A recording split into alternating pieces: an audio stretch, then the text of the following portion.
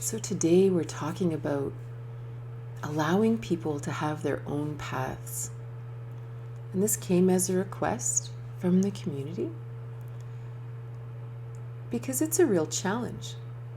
You know, we live in a world where somehow we were trained that everybody else's business is our business, or how they live their life is our business, or that how we live our life is other people's business. You know, this idea that we aren't allowed to have unique paths is part of the paradigm we were raised in. So all of a sudden, I want to do something.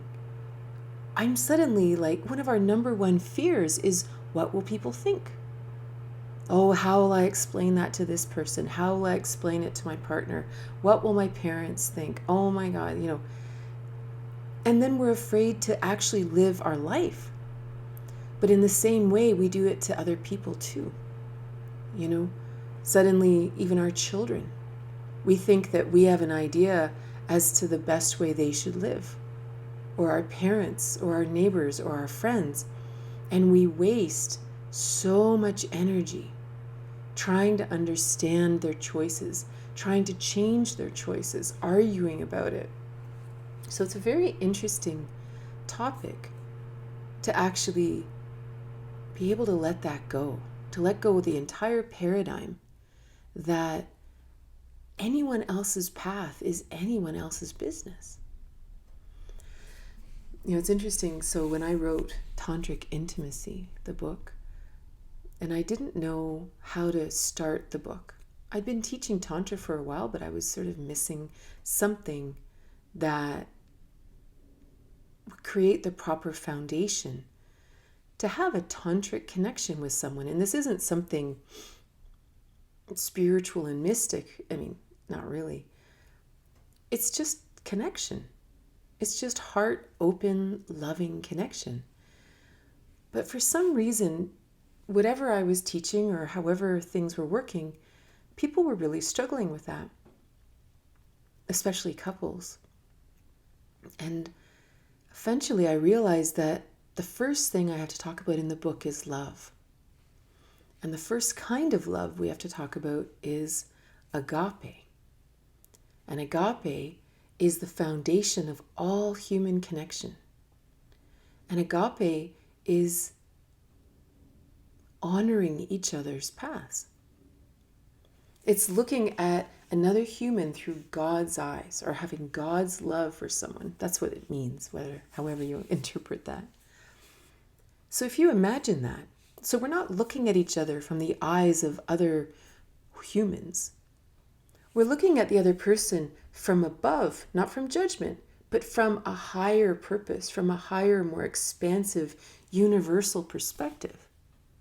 So all of a sudden, we're looking at this human in their entire soul's path, which could encompass many lifetimes, or many dimensions, or maybe many aspects of this person, or maybe their ancestral history.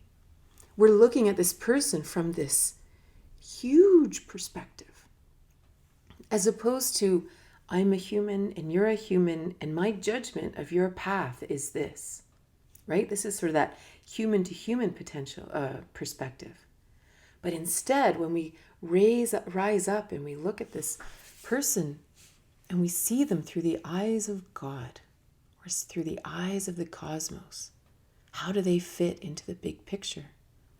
This is agape. And what that means on a really practical level is that we respect their path. We respect that whatever they're doing is exactly on their path, whether we understand it or not. Even if their choice makes us cringe, which has no relevance, right? Because it's not our path, it's their path. To trust that that soul is on their journey. This is agape. And without that, we can have no connection, no real heartfelt connection with another person. Because if another person knows that no matter what they do, you're going to question them, judge them, think you know better, we are always going to keep some kind of energetic distance from them. So agape is incredibly important. Like, it's no small thing. It was funny. I was reading a book the other day on, I think it was on Tantra. I don't know. I'm kind of reading a lot of books right now. But what they were talking about was teaching, air quote, higher and advanced meditation techniques. And they were saying how a person, they don't actually teach these meditation techniques nor write them down because they cannot be taught to people who haven't accomplished a certain level of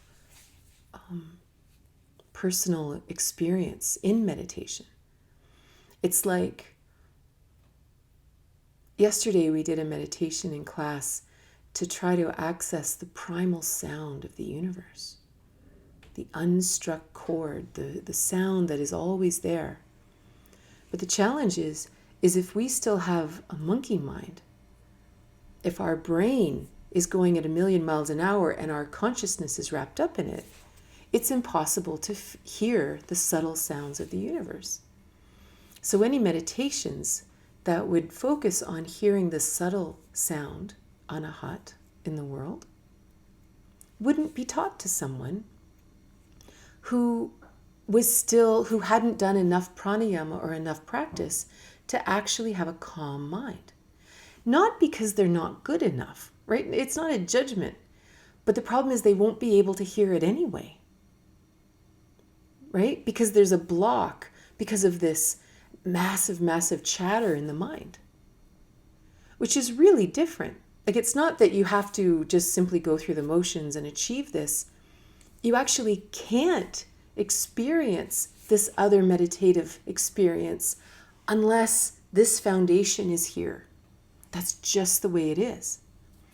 And in many ways, agape is the same. If for some reason respecting another person's journey is hard or impossible, or you think it's crazy, then you actually can't go forward in any kind of deeper connection. Because oftentimes what we want to do, especially on spiritual paths, is we want to skip steps. We want to skip the hard steps. You know, we're like, okay, I know I'm not really good at that. I know I'm kind of a busybody and I really want to control everybody and I want to do all that. But I really want to have a tantric connection with my partner. And it's like, but you can't have that without this. It's not something you can just jump over. So this is actually a really, really important topic, even though it sounds really simple. So let's look at it. One of the first things we have to look at is, why is this so hard? Where do we get into trouble? And one of the challenges, we get into trouble in ways that are quite insidious. And for anyone who English isn't your first language, insidious means it's like it's hiding. It's not, you're not just saying it outright. It's hiding in the programs we grew up in. So someone might say this, but there's some other things coming in the background. It's like, you know, if someone says something and let's say it's really patronizing, right? It's kind of insulting. But what they said, they only said these 3 words. But there was this whole thing behind them that came through the transmission, besides just the words they used, right? Those other things are insidious. They're kind of coming in the shadow, hiding. So one thing that kind of hides here is that we were raised with real clan mentalities. You know, the idea that this is how our family does it. This is how we think. This is what we do. This is what we think is normal. This is what we think is strange and aberrant and wrong. We think this is right and that is wrong. This is a real thing, you know, that we actually think there's some version of normal. What the heck is normal? We are infinite in refractions of God, of the universe, of the galaxy, in human form, in a carbon-based life form. What the heck is normal? What's functional? What's successful? But when we belong to a certain family, society, church, thought process, we believe that there's some kind of we, and we think this. And so what this does is it makes us think that we can look at other people and say, that's not right. You shouldn't be doing that. That's a bad choice. You shouldn't be having that. Why would you have that job? That's a terrible, and we think that we know anything about another person's soul's path. But because we have this clan mentality that we're all like little puzzle pieces that fit in the machine, and if you change, the whole machine will change, and then what? Right?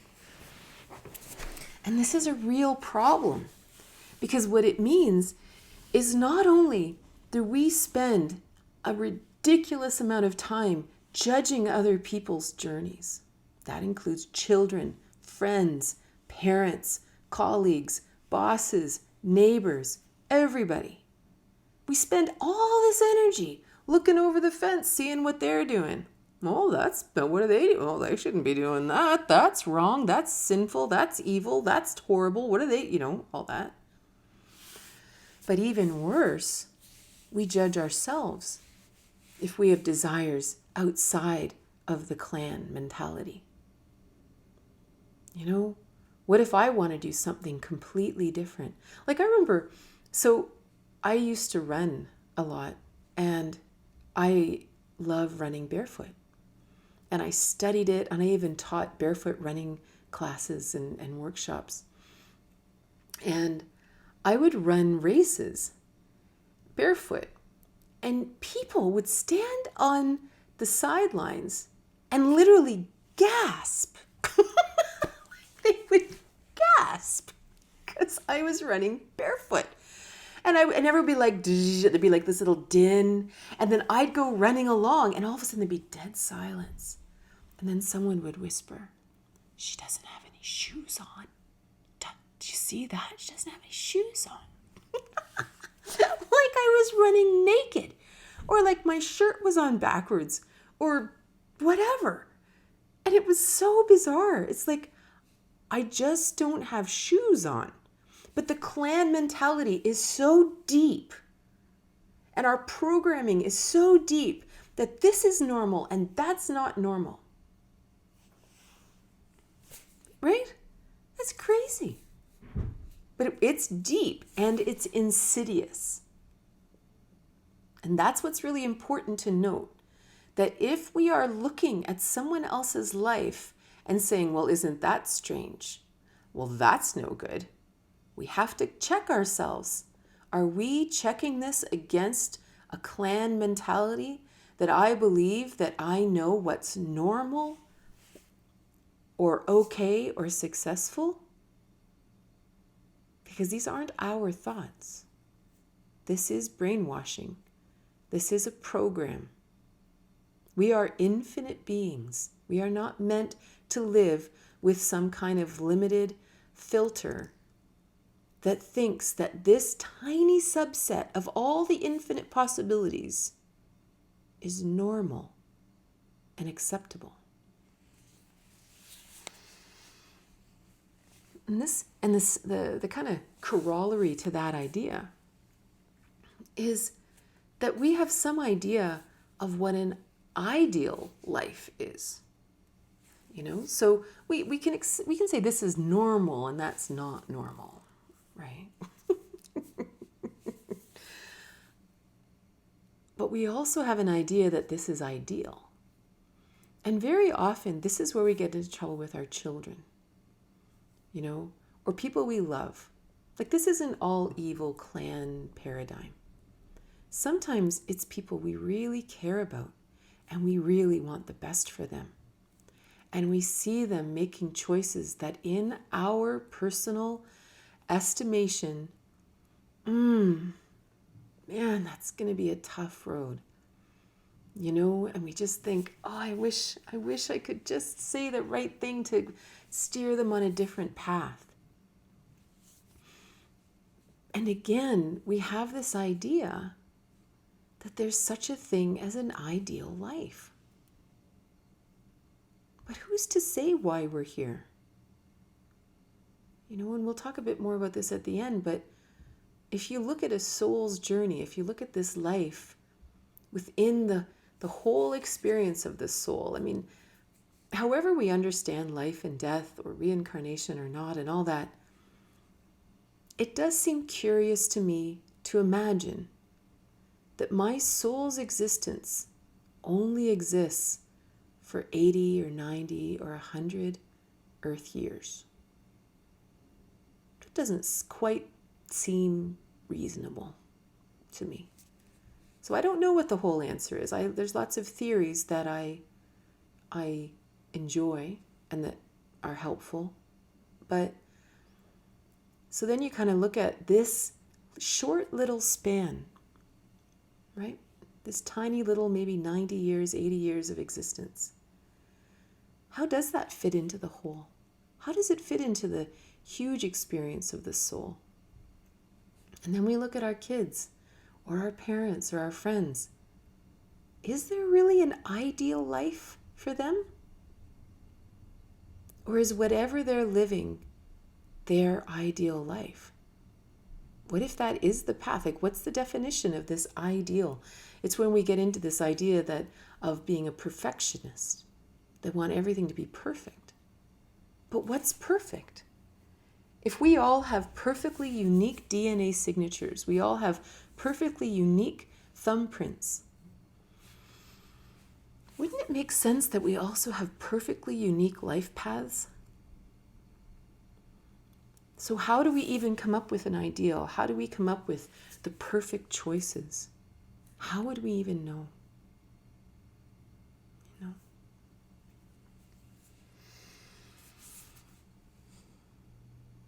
So there are often a lot of challenges, though, really practical challenges to allowing other people to live their own paths. One of the biggest challenges is that we end up stuck in relationships that we can't get out of. And then the other person's life path choices directly impact ours and perhaps even stop us on our own life path.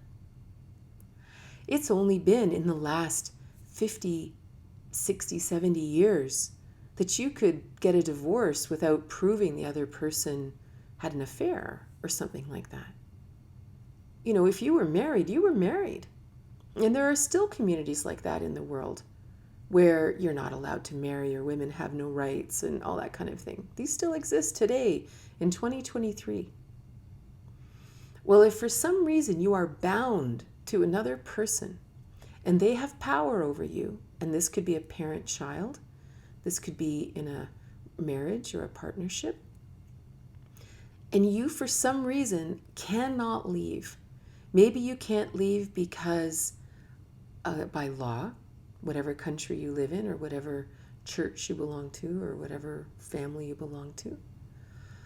Or maybe you just don't believe you can leave, right?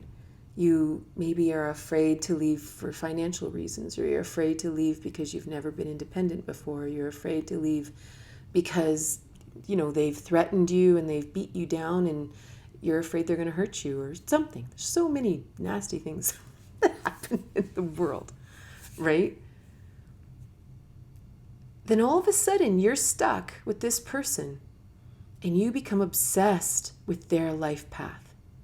And because you're stuck with them, you try to change it so that their life path doesn't infringe on yours. And this is really important. This could even happen if you're caring for aging parents and you feel obligated to care for them, and they're making all these crazy choices that's really making your life a living hell. But for some reason, the obligation program overrules your own path. And our souls won't allow our path to be overrun. And if we feel like that, and if we don't believe that we can change the other person's journey because our paths are somehow connected now, well, then we're just going to turn to something, some kind of drugs, medication, booze, something, so that we can kid ourselves. So our soul, we don't hear our soul kind of crying out, that I'm not actually living my life anymore. So what difference does it make? I may as well be numb. And that's a huge deal, the feeling of being stuck. And it's real. And even if it isn't real in your life today, what if today you have all the freedom in the world? You easily have ancestral beliefs and fears that are also living inside of you. Sins of the forefathers, 7 generations, all these kind of things. However we understand that, and that's really real. But of course, so right now, especially if you're here today, it's 2023 at the time of this class. So theoretically, we probably do have choice. So the question is, why aren't we making that choice? Why do we believe we are stuck here? Why do we believe we cannot change, we cannot leave, or we cannot make the choices we want to live, or the life we want to live, right? The choices we want to make. Becomes our journey, right? This is the seed thought for our spiritual journey. I am stuck and believe I have no choice. Aha. This is the clue. And now I begin the deep dive and I start unfurling the things that make me believe I have no choice. Make me believe that my only option is changing this other person's path because I believe I am tethered to them. Right? Another thing is, it's interesting in especially family and romantic relationships, there's a lot of weird expectations. So this is a weird example, but let's say, for example, you have a sibling and the sibling is always moving and they expect that you're going to help them move. Well, my dad used to always joke because my dad collected rocks, big rocks, not little like crystals, big pudding stones, like huge, 100-pound stones. And he was quite sure that he ruined a lot of friendships asking people to help him move. Because it's one thing to ask people to help you move, and you've got some boxes and stuff and whatever, it's okay. And you'll do that. Like, it's okay to help people. But if all of a sudden you have this friend and you help them move and you realize, oh my God, this person's a collector. They have 500 of this and 500 of that and blah, blah, blah. Like, it's a nightmare helping them move. And then 3 years later, they're like, oh, hey, I'm moving and I'd love your help. And if you do not believe you have the choice to say yes or no, because the truth is you don't want to help. You didn't want to help the last time once you saw all the junk that you were moving, right? So this time you're like, I don't really want to help. But for some reason you have an expectation, an obligation, a contract, a program inside of you that says you are not allowed to say no. What are you going to do? Well, we're going to bitch about the fact that they're a collector. What the hell do they have all that stuff for anyway? Like, have they even heard of minimalism? What the hell? And what are they moving all the time? And then we start bitching about their path. Because for some reason, I'm obligated to help them. But they're making all these choices that I wouldn't make, but I'm somehow having to pay for that. But again, the problem's not them. The problem's me. Because I'm not being honest. Hey, can you help me move? No. That's the answer. No. You'll have to hire a moving company. They exist. Hire a pile of teenagers. Our friendship is more important than me helping you move today, you know, and that's important. Or it could be something that you have a friend who is in a dysfunctional relationship. You know, it's like I've had friends who they're with someone and they have a horrible breakup. And their partner screams and yells and got drunk and hit the wall and put a hole in the wall and freaked out and everything, you know. And they finally leave. After you've been listening to it for 6 months, a year, this horrible, horrible thing that they've been going through, and you've been helping them every step of the way, you know. And they finally leave. And then 2 months later, they're chit-chatting.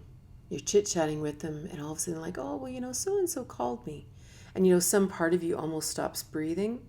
They're like, well, you know, so we're back together. And you're like, you are you? And of course, inevitably, a few months later, you know, the caca hits the fan, you know. And they're like, oh, I can't believe it. And you're sitting there like, I don't want to hear this anymore. I don't want to talk about this anymore. But for some reason, I feel I'm obligated to continue listening to this that I'm not interested in. It'd be like, it's not personal. That's the problem. We take this stuff really personally, like, oh, a good friend's always there for you no matter what. And it's like, no, I'm not interested in hearing about the dysfunction in your relationship. You need to go see a counselor. You need to get help as to why you cannot leave or why this is happening. You know, and to me, it's no different than someone talking to me about the latest trades in the hockey pool.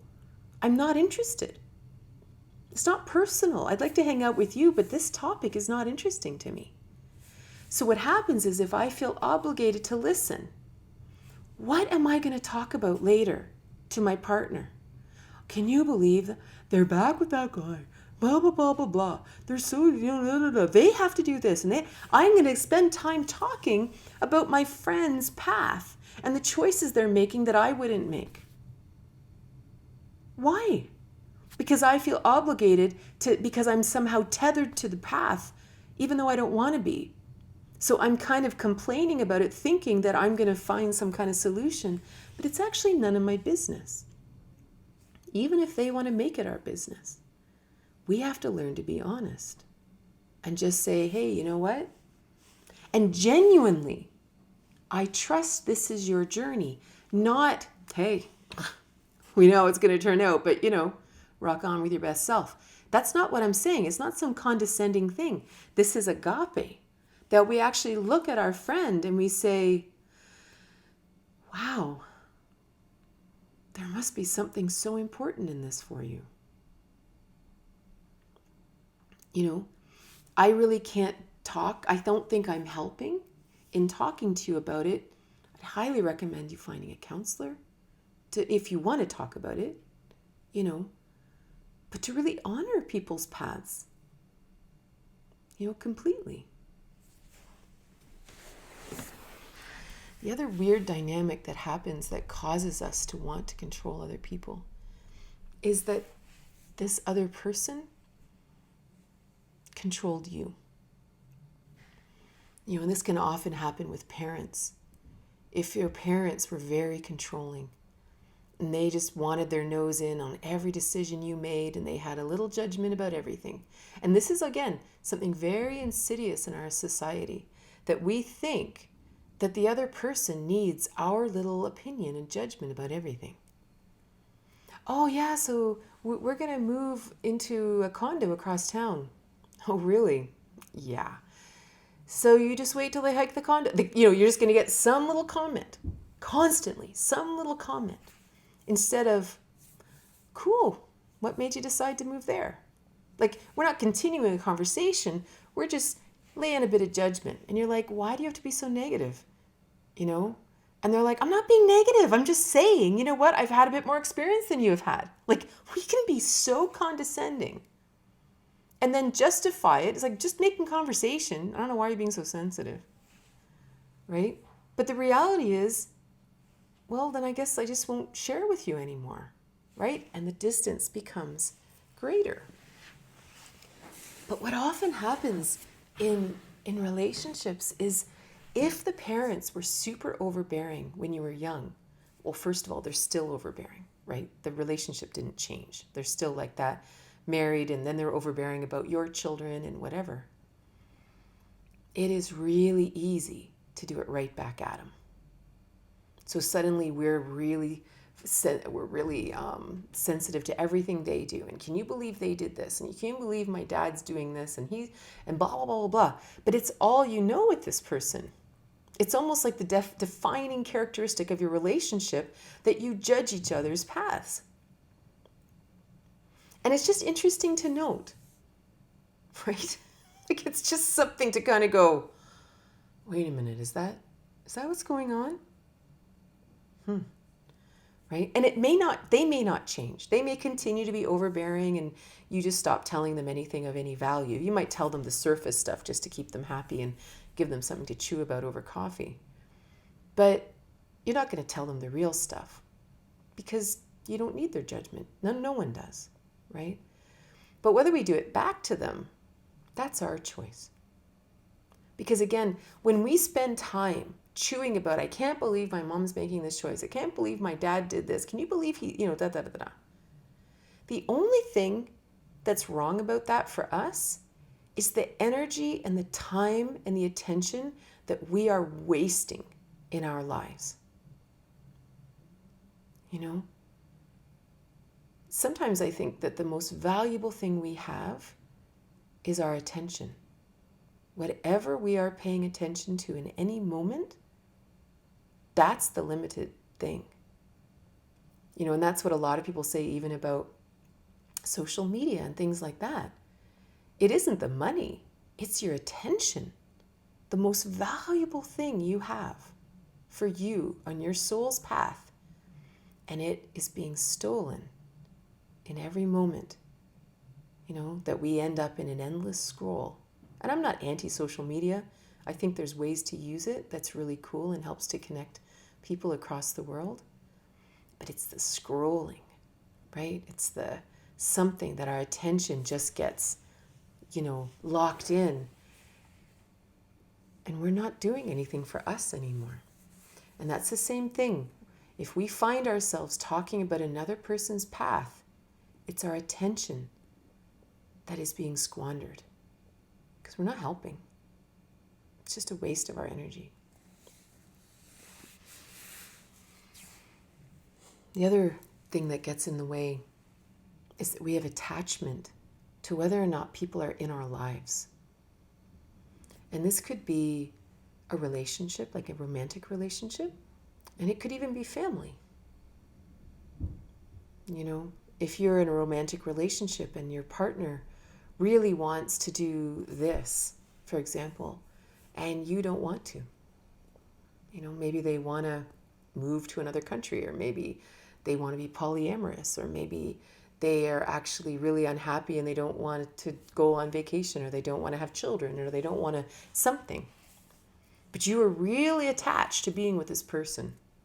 Like you really want this person in your life and you want them all to yourself, and that's how you want it. And there's nothing wrong with that. That's what you want. Well, then all of a sudden you're going to spend a lot of energy trying to get them on your side. You're going to convince someone who doesn't want to have kids, or vice versa. You're going to convince someone to live in the city who wants to live in the country. You're going to convince someone to take holidays who doesn't want to take holidays. You're going to convince someone to have a high maintenance home who would really be happy living in the woods in a little single room shack, or vice versa. Right? None of these are right or wrong.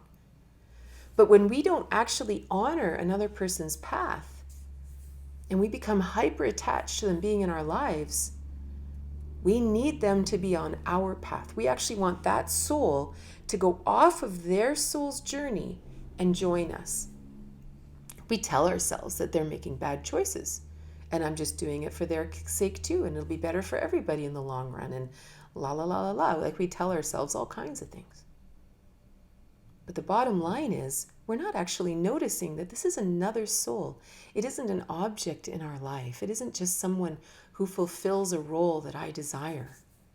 It's an infinite sentient being. You know, they have a soul's path. And if their soul's path, if your paths diverge, then why can't I honor that? And again, this becomes an interesting seed for a spiritual path to say, why am I attached to this? Why am I not able to live my own life? Why do I have to get other people on board with me? What's going on there? It's an interesting question.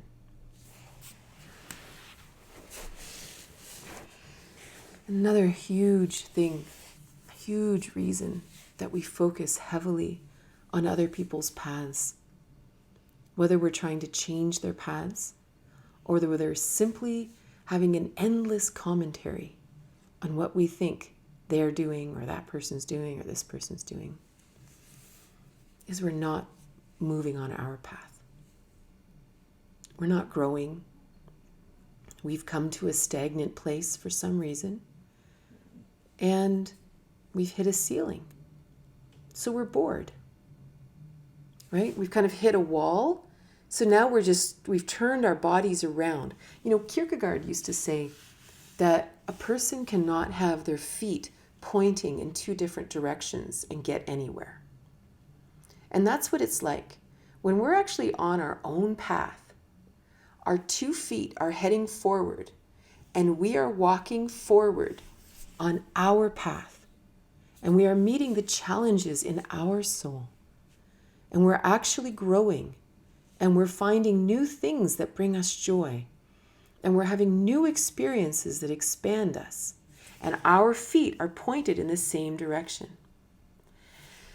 If we have any fears about our path, all of a sudden, one foot, it's like it turns around and starts heading in the opposite direction. It's like, oh, I'm not sure.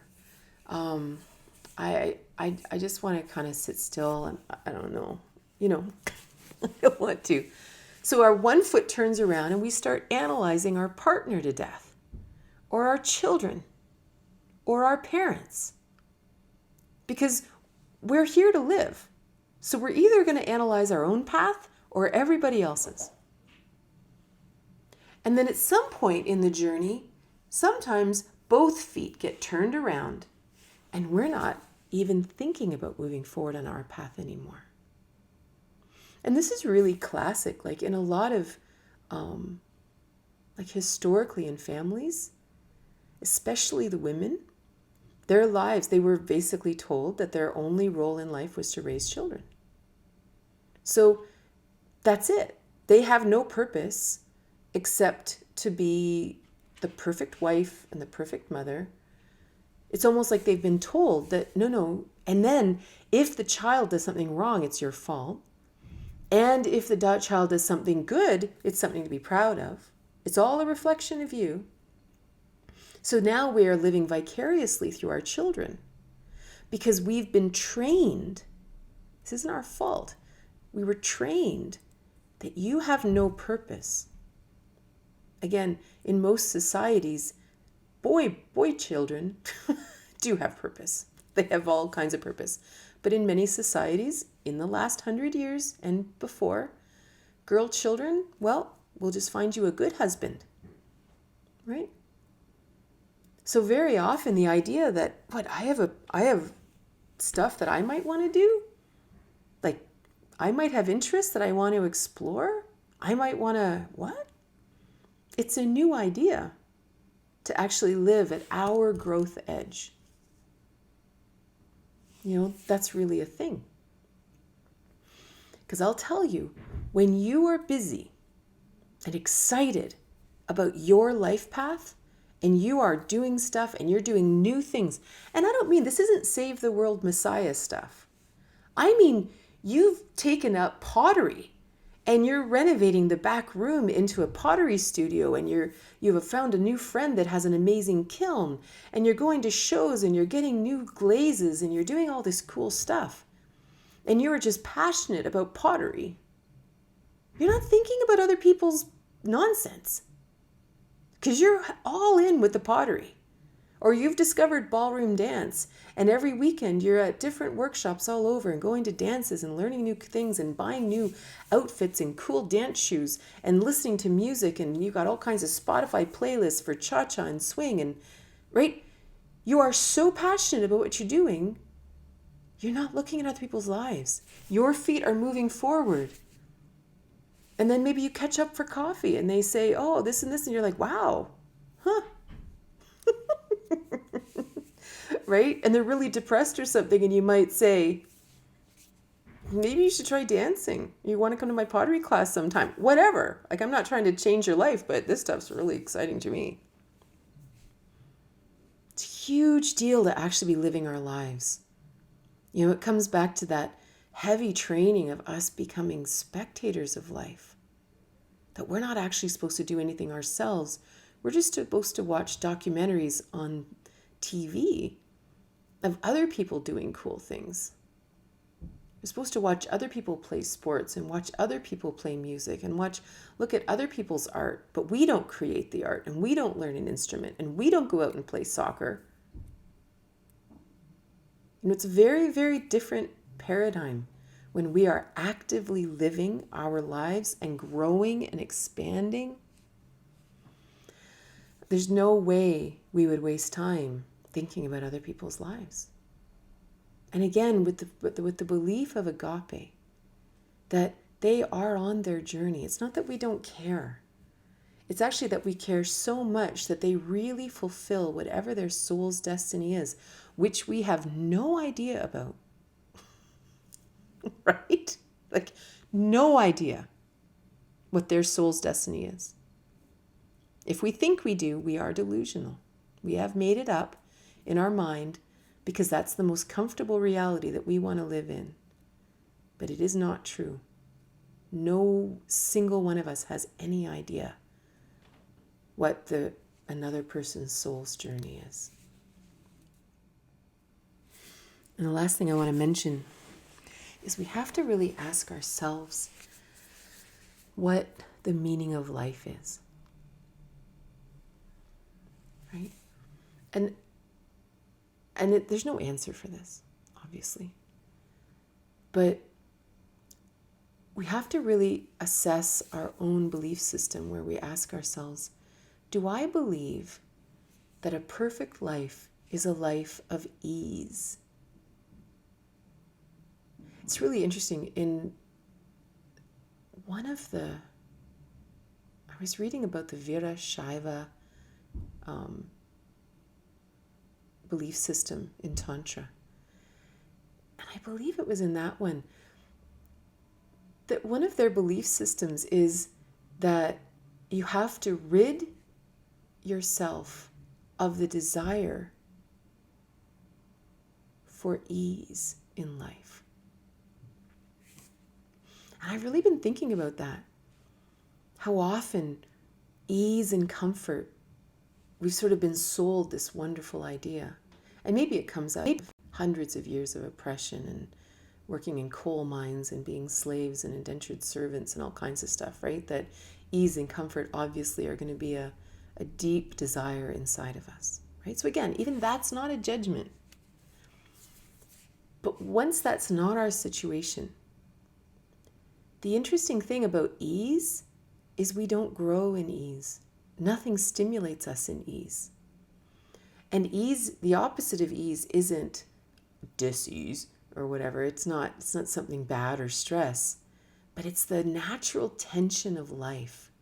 You know, it's that Viktor Frankl saying that we are meant to have a certain tension between me, where I am right now and what I want to accomplish. And that's the tension of being alive and in being in perpetual growth and perpetual expansion. And again, this isn't an effort.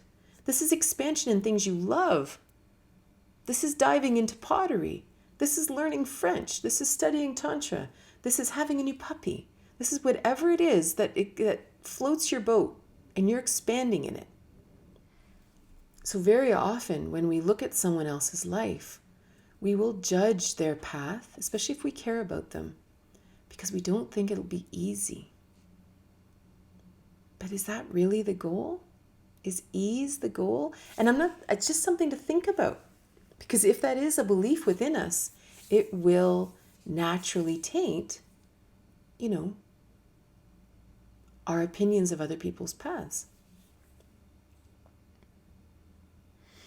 Because sometimes if we actually have really difficult paths, and it could be difficult childhoods, it could be difficult relationships, it could be getting into trouble with the law, it could be all kinds of things. What if whatever this is, it had to be hard enough to help break old patterns of some flavor?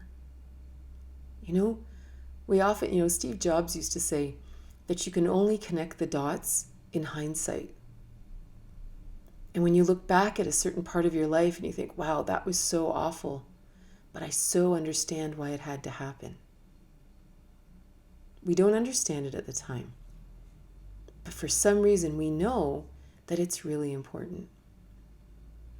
So it's just something to think about when we find ourselves looking at other people's lives and we ask ourselves, what is it about this that's causing me so much discomfort? Because it likely has nothing to do with the other person. It's all about our perspective on what we think life should be all about. I'm going to put my glasses on. If you guys have any questions, I'd be happy to answer them. I just wrote down yesterday, easy is right. A little confused. Oh, that's interesting.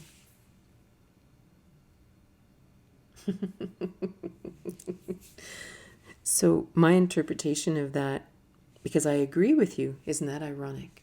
That it's almost like, when you need to make a choice, and there's one, on the one hand, it's sort of, I feel like I should make this choice. But this side feels so much lighter and easier. I would choose the lighter and easier choice. But that, for me, is like, it's like guidance. The lightness, the ease of something feels like guidance on the path, like a light telling me this is the way to go.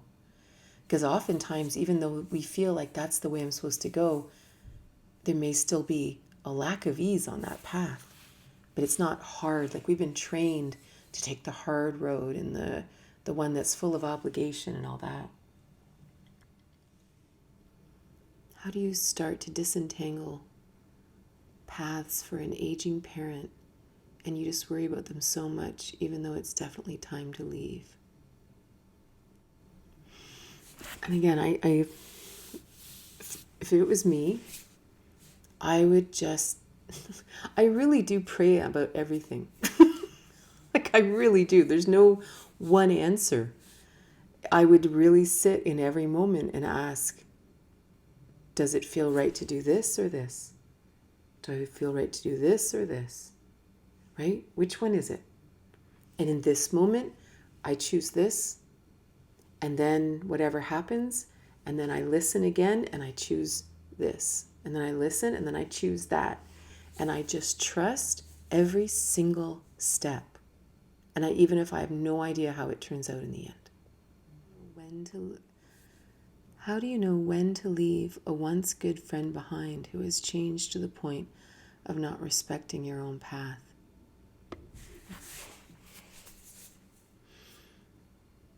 You know what's funny? The Dalai Lama once said, the problem is they think that they have time. And I have so much respect for that. And then this good friend of mine, this doctor friend we used to go barefoot running together. I saw him the other day at roller skating, and he was reading this book, which he's going to lend me, and then I'm going to talk to you guys about it. But it was all about being mortal. And they were talking about how there were maybe 4,000 weeks in a person's life. I haven't actually done that math. I don't know if that's the right number. But the book was all about, how do you want to spend each week of your life? And that's really interesting. You have a friend or a person. They're not a friend anymore, right? Then that's important. And there's a person in your life who you have been close to in the past. You're no longer close to them. How much time do you want to spend with them in this week that you'll never get back? This is a week of life that you've been given. Do you want to spend it with that person? That's all. Then we'll know when is a yes and when is it a no. And it doesn't have to be mean, It can just be, I really think we've diverged here. I really don't think we're helping each other anymore. It was just like when I told my husband that I didn't want to be married anymore. I actually believed that our paths had diverged to a point that we were harming each other.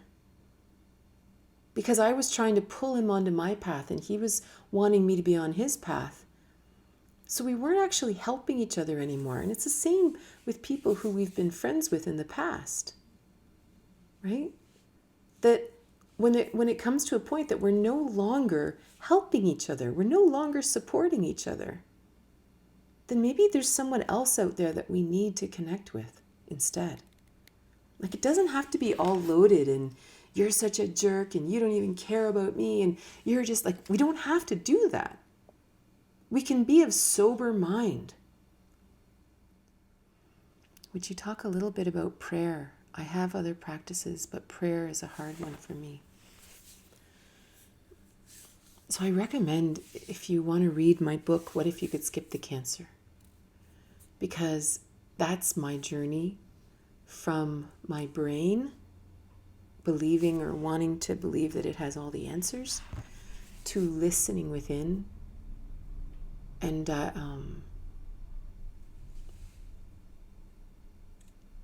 walking through my life that way instead. And the number one thing that Jim, who was my teacher, what he taught me was, he said that there are 3 parts of prayer. And he said the first is you have to ask. The second, you have to listen. And the third, you have to act. And it's so interesting because asking alone is hard, right?